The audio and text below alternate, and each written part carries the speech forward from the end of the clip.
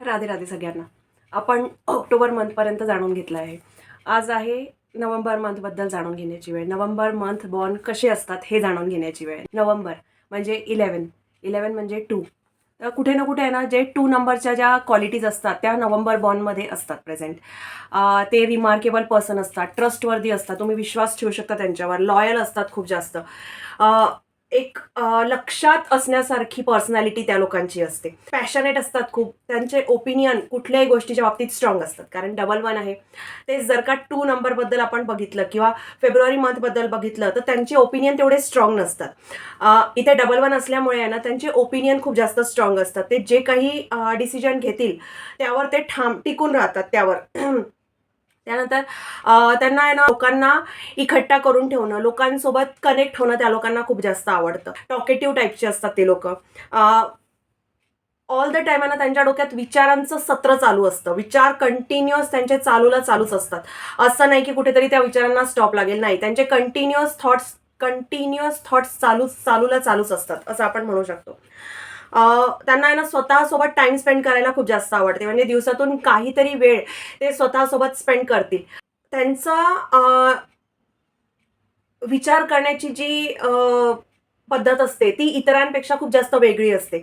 इतर जिथे स्टॉप होतात त्याच्या पुढे त्यांची थिंकिंग चालू होते, असं आपण म्हणू शकतो. त्यानंतर हंबल असतात खूप.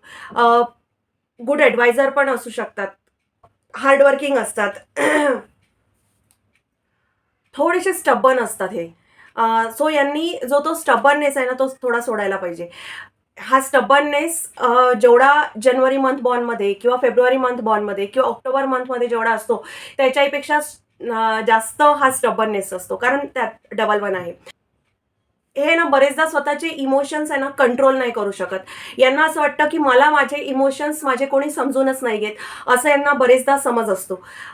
समज म्हणू शकतो किंवा गैरसमज म्हणू शकतो. कारण कसं आहे, कोण तुमच्या अवतीभोवती कुठले नंबर्सवाले आहेत किंवा तुमच्या अवतीभोवती कोण आहे त्यावर पण बऱ्याचशा गोष्टी डिपेंड असतात.